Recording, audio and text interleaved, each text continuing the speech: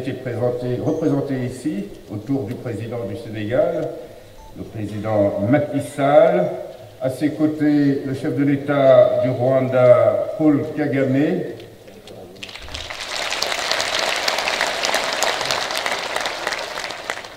le président Ibrahim Boubacar Keïta, le chef de l'État du Mali, le Premier ministre du Tchad, Albert Fahimi Padaké, un autre Tchadien et président de la Commission de l'Union africaine depuis janvier dernier, Moussa Faki Mahamat,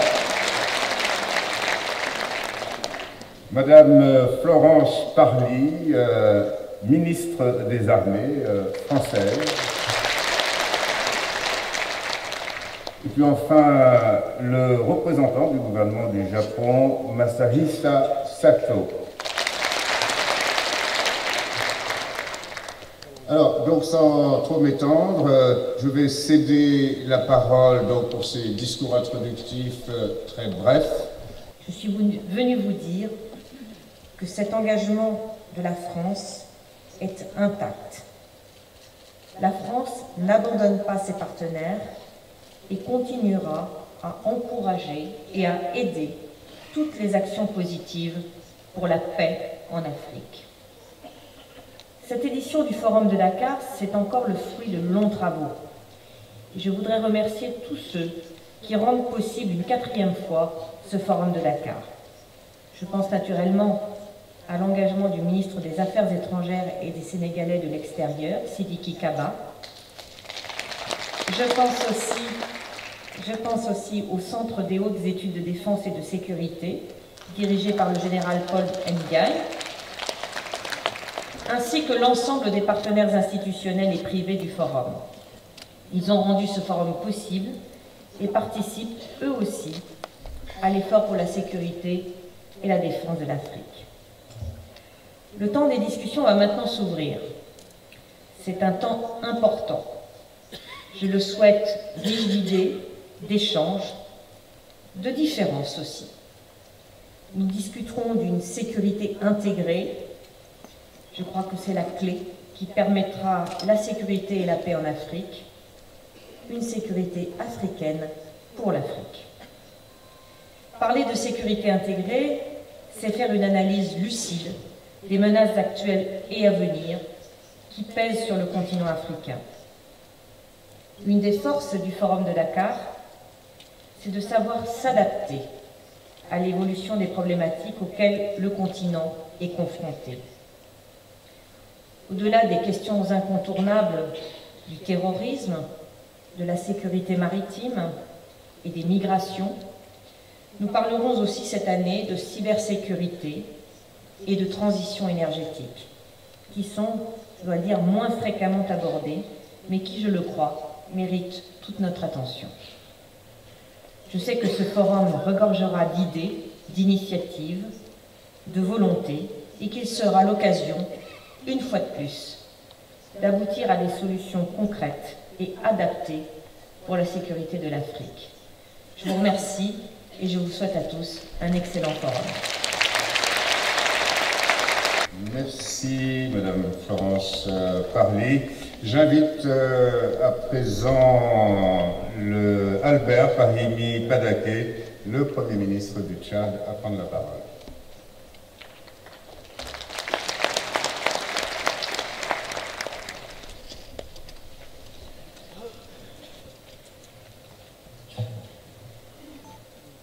Par ma présence, vous l'aurez deviné, Excellences, Mesdames et Messieurs, qu'en raison des contraintes d'agenda, Son Excellence, M. Idriss Déby Itno, invité, qui a répondu favorablement et bien voulu participer personnellement à ce forum afin de partager ses analyses et réflexions sur le thème de cette édition, n'a pu faire le déplacement de Dakar et m'a demandé de le représenter à cette importante rencontre. C'est à la fois avec un immense plaisir et un profond sentiment d'humilité que je prends la parole aujourd'hui devant ce parterre d'éminentes personnalités au nom de M. Idriss Déby Itno pour tout d'abord remercier le président Macky Sall pour son invitation et ensuite lui adresser solennellement les profondes gratitudes de son homologue pour cette marque d'amitié. Le monde fait en effet face à de menaces de plusieurs ordres, suscitant de grosses inquiétudes. L'Afrique est le continent le plus vulnérable et le plus exposé à ces menaces qui mettent en péril la paix et la sécurité. La paix et la sécurité, condition sine qua non du développement auquel aspirent légitimement tous nos peuples à travers le continent. Qu'il s'agisse des conflits armés, du terrorisme, des turbulences post-électorales caractérisées parfois par des contestations violentes, pour ne citer que cela. Tous ces phénomènes constituent des défis actuels pour notre continent parce qu'ils affectent dangereusement la paix sociale et font vivre perpétuellement dans l'angoisse et plongent nos populations dans le désespoir. Le continent doit savoir compter d'abord sur lui-même avant d'en appeler à l'aide, puisqu'il s'agit d'abord et avant tout de la sécurité de l'Afrique et des Africains. C'est le lieu ici de saluer l'action de la force mixte multinationale des États membres du bassin du lac Tchad et du Bénin contre la secte Boko Haram et le déploiement en cours de la force mixte du G5 Sahel. Vous mesurez, mesdames et messieurs, Excellences, l'importance du forum et de son thème principal qui rencontre totalement l'adhésion de son Excellence, M. Idriss Déby Itno, qui reste convaincu que les défis sécuritaires sont communs et que chaque État se doit d'aller au-delà d'un engagement proclamatif et prendre ses responsabilités dans le cadre d'une synergie d'action nécessaire face au péril. J'ignore pas l'action de ceux des Africains qui, profondément conscients de leurs responsabilités, font tout ce qui est à leur portée pour combattre ce phénomène vecteur de régression à tous égards. Il demeure cependant une constante que des solutions intégrées constituent le fondement de la sécurité durable à l'intérieur de nos États et entre nos États, car s'il est de nos jours une vérité, c'est que nos États sont de plus en plus interdépendants, tout comme les défis auxquels ils font courageusement face sont devenus globaux et communs. Est-il également utile de noter qu'il est l'heure que de considérer le terrorisme comme une menace lointaine, relevant uniquement de la responsabilité des États de la ligne de front, car les terroristes, eux, nous rappellent tous les jours, par leur campagne criminelle, qu'aucun pays, ni aucun continent n'est à l'abri de leurs menaces. Ce qui est en jeu, c'est notre destin partagé, la liberté à laquelle tous les peuples aspirent légitimement. J'invite à présent le chef de l'État du Mali, Ibrahim Boubacar Keïta, à prendre la parole.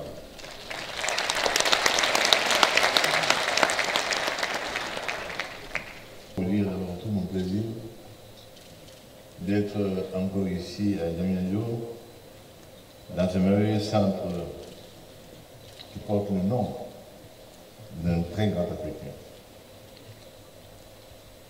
Nous étions tous très émus lorsque, dans un mouvement d'ensemble de bonne loi, toute la francophonie a tenu à lui rendre l'hommage du mérite avec le président Diouf. Comment aujourd'hui envisager la problématique de ce fléau dont nos pays sont victimes, dont nos peuples sont victimes? Madame Parly, vous nous avez rappelé l'horreur qui est tombée sur la France au Paris, ce 13 octobre, fauchant des vies innocentes, alors même qu'elles étaient réunies comme il convient pour une soirée conviviale. Qui à la terrasse d'un café, qui au Bataclan, qui dans un stade de football, bref, tout ce qui fait vie normale. Cela a été empêché par cela. Les décisions politiques dans tout pays digne de ce nom a un instrument, un outil, la défense. Qu'elle soit à hauteur. Et la nôtre, nous sommes aujourd'hui en train de la hisser à hauteur de souhait. Faire en sorte que lorsque nous enverrons des missions sur le terrain dans le Sahel, dans des zones dont nous savons la rudesse, il faut avoir comme nous avoir capacité sur les rochers du Terragar dans notre vie pour en savoir l'extrême difficulté. Quand on le fait, chef d'État, on n'en est pas moins humain, on voudrait s'assurer que, comme on dit dans les forces armées, une mission des moyens. Vecteur aérien de couverture, moyens d'évacuation en cas de besoin, évasion, de l'industrie militaire, tout cela aujourd'hui est dans notre quotidien. Bien sûr, du coup, cela dissipe et divertit de missions prégnantes, de missions régaliennes de développement. Parce qu'il faut quand même avancer. Il faut surtout ne pas céder à la peur. C'est le terrorisme, sa vocation, sa mission, c'est cela. Et nous n'aurons pas peur.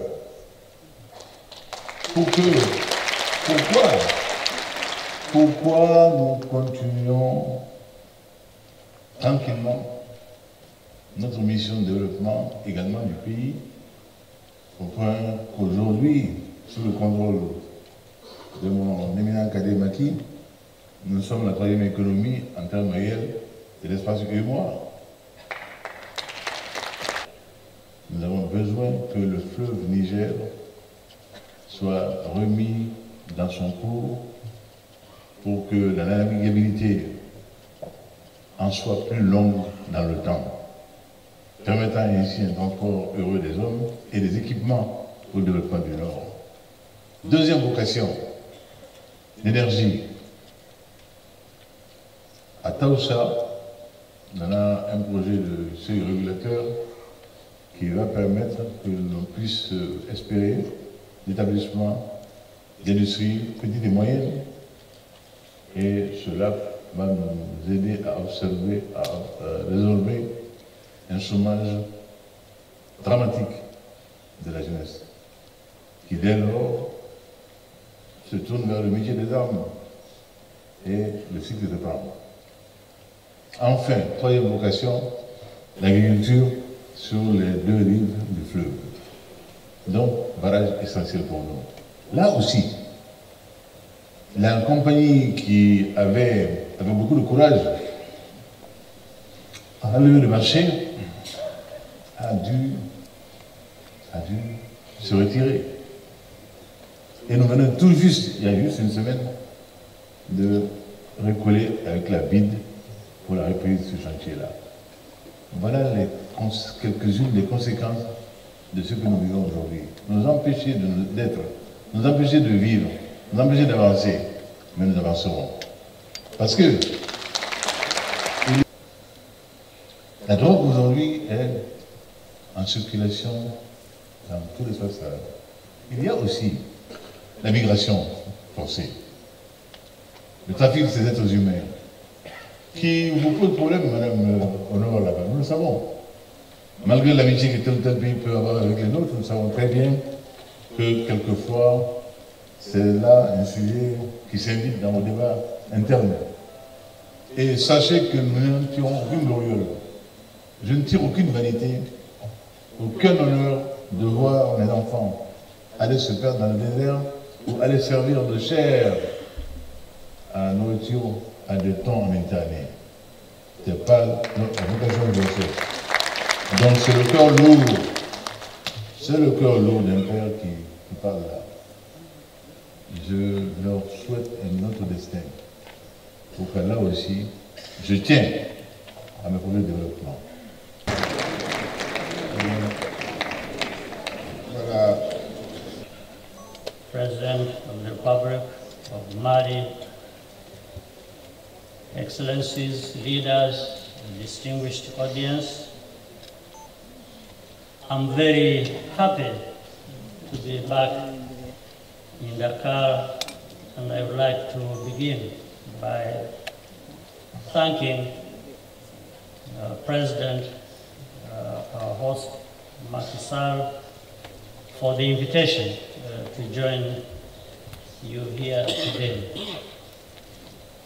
As a contribution to our discussion, allow me to emphasize a simple point that insecurity flourishes where we fail to cooperate with each other adequately, building on whatever resources we might have.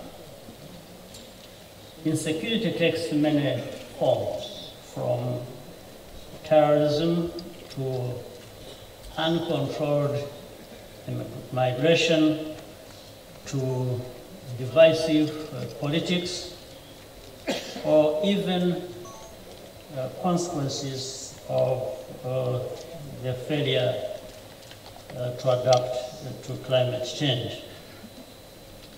But whatever the challenges, we can most successfully address it by working together. First and foremost, that means coordinating among ourselves as Africans. If we allow others to bear the burden and to define our challenges for us and take responsibility for addressing those problems on our behalf, we have only ourselves to blame for the dismal results.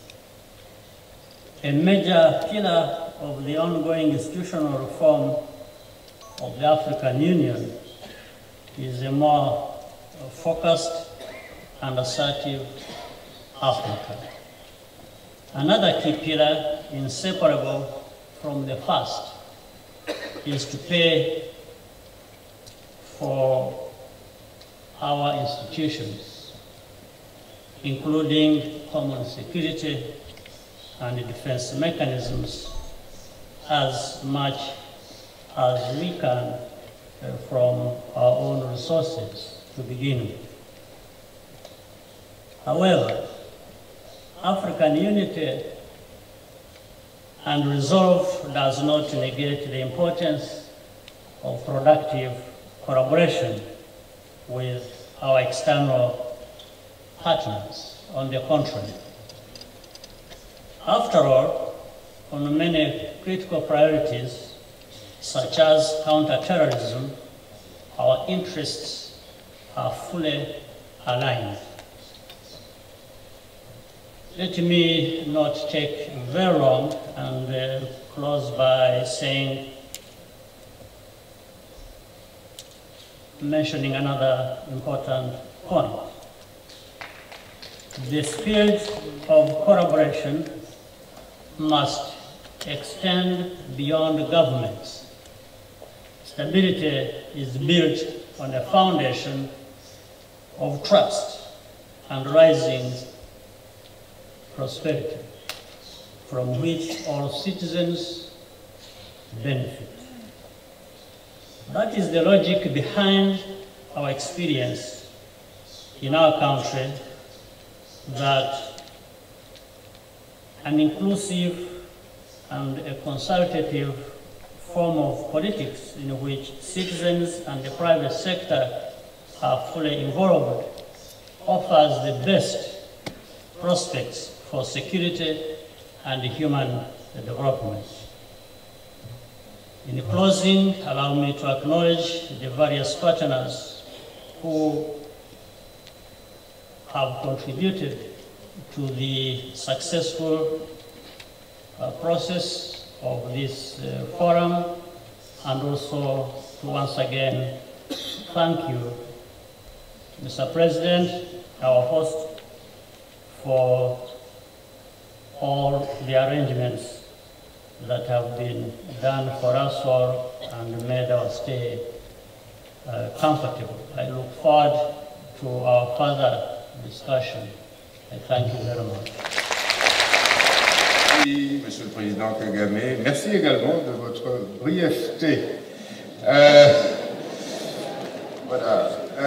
J'invite à présent le chef de l'État du Sénégal, Macky Sall, à prendre la parole.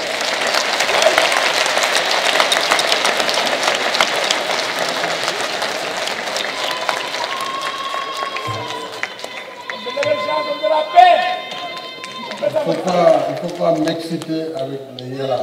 Le Yala est une musique exceptionnelle. Alors, merci beaucoup. Excellence, Monsieur le Président de la République du Rwanda, cher Paul Kagame, Excellence, Monsieur le Président de la République du Mali, cher Ibrahim Boubacar Keïta, Monsieur le Premier ministre de la République du Tchad, Monsieur le Président de la Commission de l'Union africaine, cher Moussa, Madame la ministre des Armées de la République française, chère Florence, et Monsieur le représentant du gouvernement japonais, je voudrais vous saluer et saluer les éminentes personnalités ici présentes. Messieurs les présidents de la commission de la CEDEAO, Monsieur le Président de la commission de l'UEMOA, Mesdames, Messieurs, en vos différents rangs, grades et qualités. Je voudrais vous saluer tous, Mesdames et Messieurs, chers amis. Je dois en premier lieu remercier chaleureusement le président Paul Kagame et Ibrahim Boubacar Keïta. Ils nous honorent de leur présence en cette 4e édition du Forum international de Dakar sur la paix et la sécurité en Afrique. Je sais combien, Monsieur le Président, vos calendriers sont chargés. Chers frères et amis, merci d'être venus. À vous, Monsieur le Président Ibrahim Boubacar Keïta, je voudrais d'abord saluer ce témoignage poignant que nous avons ressenti comme tel sur la situation que vit votre pays. Je renouvelle notre solidarité agissante envers le Mali. Le Sénégal est de tout cœur avec la République sœur du Mali pour le retour définitif de la paix et de la sécurité dans l'unité nationale et dans l'intégrité territoriale du pays. La paix au Mali, c'est la paix au Sénégal, mais c'est surtout la paix dans le Sahel. C'est pourquoi je tiens à saluer vos efforts courageux pour la réconciliation nationale et la lutte contre le terrorisme au sein du G5 Sahel. Ce combat nous concerne tous, Africains et non-Africains. Il mérite d'être soutenu. À toutes et à tous, je souhaite la bienvenue et un agréable séjour au Sénégal. La paix et la sécurité restent d'ailleurs au cœur des priorités du programme de réforme de l'Union africaine sous le leadership du président Paul Kagame. Au titre de ces priorités figure la lutte contre la piraterie et autres actes illicites en mer, comme en témoigne le récent sommet de l'Union africaine sur la sécurité et la sûreté maritime tenu à Lomé, au Togo, en octobre 2016. Mesdames et messieurs, cette année, nous avons choisi de porter la réflexion sur la recherche de solutions intégrées face aux défis sécuritaires actuels de l'Afrique. Ces défis, nous le savons, sont à la fois nombreux et complexes. Leur prise en charge efficace nécessite en conséquence des réponses diverses et complémentaires les unes aux autres. De toute évidence, et en premier lieu, la riposte militaire sur le terrain contre les groupes terroristes est vitale. Il ne faut pas faire la fine bouche. On ne peut pas, avec des fleurs, accueillir ou régler le problème qui se passe sur le Sahel. Il faut régler le problème militaire d'abord. C'est inévitable, donc nous devons aussi assumer cela. Nous ne pouvons pas laisser le champ libre à des forces dont le seul objectif est de semer la mort et le chaos. Mais la riposte militaire doit être solidaire et globale pour ne laisser aucun sanctuaire aux groupes terroristes. Or, le risque aujourd'hui, et pour les années à venir, c'est de voir des terroristes vaincus ailleurs chercher des zones de repli en Afrique pour y poursuivre leurs activités criminelles en s'attaquant aussi bien aux populations locales qu'aux intérêts étrangers sur le continent. Ce serait une erreur fatale de sous-estimer ce risque ou de penser que le déplacement du spectre du terrorisme vers une zone donnée mettrait les autres à l'abri. Le terrorisme et ses causes doivent être traités partout avec la même détermination et le même ordre de priorité. C'est cela aussi l'approche intégrée. Tant qu'il reste une zone de vulnérabilité, nous continuerons tous d'être exposés à la menace.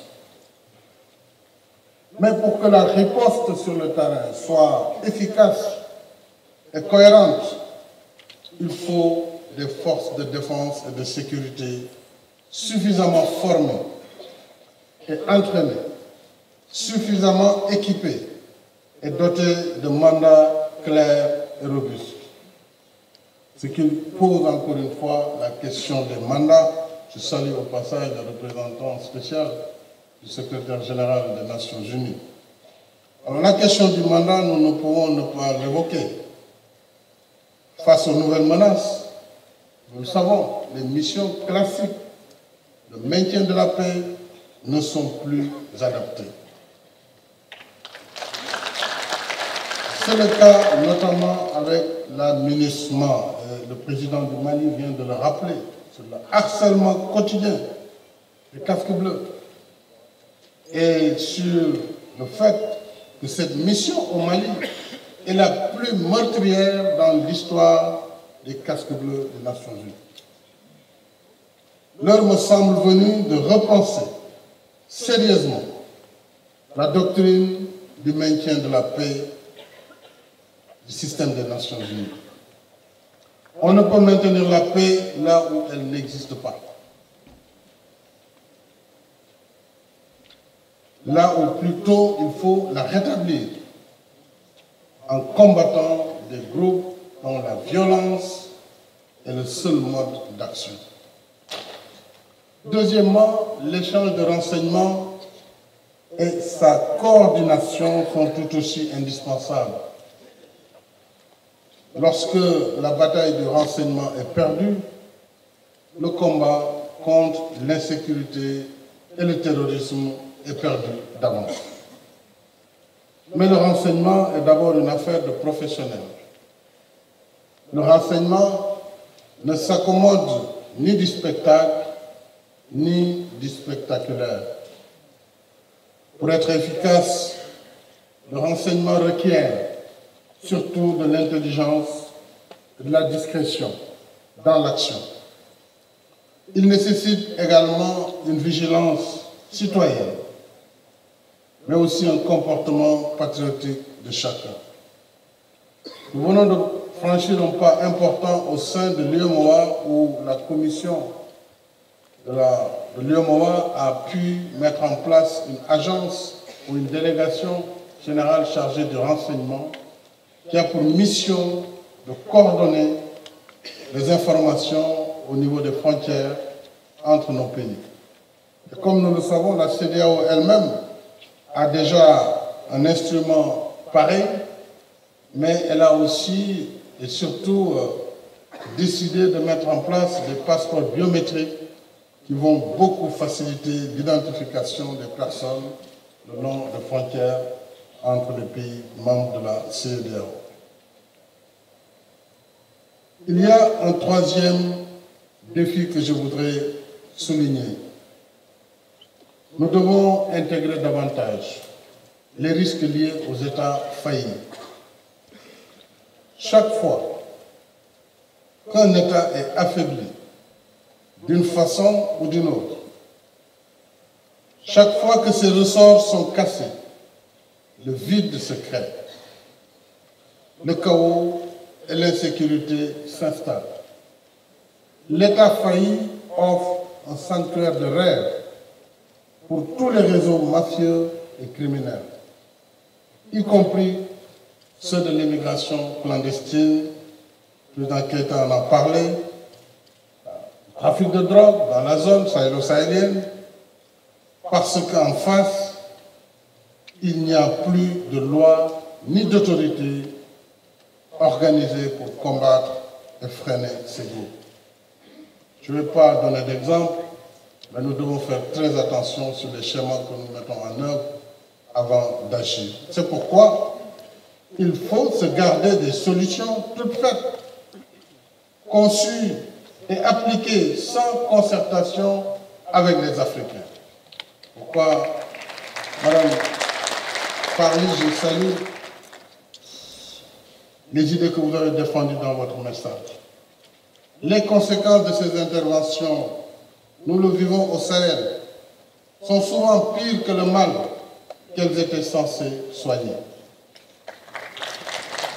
Et comme il ne fait pas midi partout en même temps, parce qu'aujourd'hui, à 7 heures, il est déjà midi passé à Paris, mais il est encore peut-être 8 heures à New York. Il ne fait pas midi partout en même temps. Chaque pays a une histoire, une expérience et des spécificités dont il convient de tenir compte. C'est extrêmement important sur les réponses que nous voulons trouver par rapport au défi du terrorisme. Quatrièmement, enfin, c'est un aspect très important, il faut poursuivre sans relâche la bataille contre les défis sécuritaires par l'éducation, par la formation, l'emploi et le développement inclusif. C'est un impératif de premier ordre parce que la pauvreté, l'ignorance et l'absence de perspective d'une vie meilleure font le lit de la marginalisation qui mène à toutes les frustrations et alimente les risques d'extrémisme violent. En réponse à ces facteurs d'instabilité, l'éducation, la formation, les activités génératrices de revenus, en particulier pour les jeunes, et le soutien aux zones défavorisées dans nos pays, donnent et doivent compter parmi les solutions durables aux défis sécuritaires. À mon sens, le développement dans l'équité et la justice sociale reste une condition sine qua non de la paix et de la sécurité en Afrique.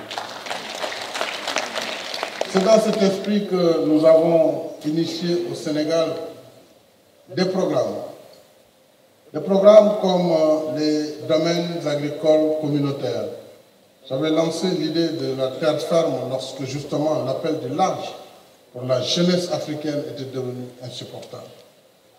Les domaines agricoles communautaires qui sont des espaces de production, de transformation agricole, des espaces de développement de l'élevage, de la pisciculture et de l'agriculture permettent, dans des terroirs éloignés, d'occuper la jeunesse qui n'avait d'autre perspective que d'être tentée par l'immigration clandestine.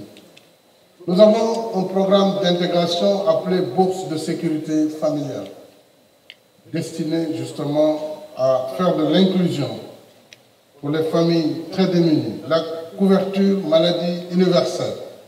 Je suis invité au Japon le mois prochain par le Premier ministre Shinzo Abe sur cette problématique de la couverture maladie universelle. Les pays du Nord peut-être ne le savent pas. En Afrique, c'est bien maximum 10%.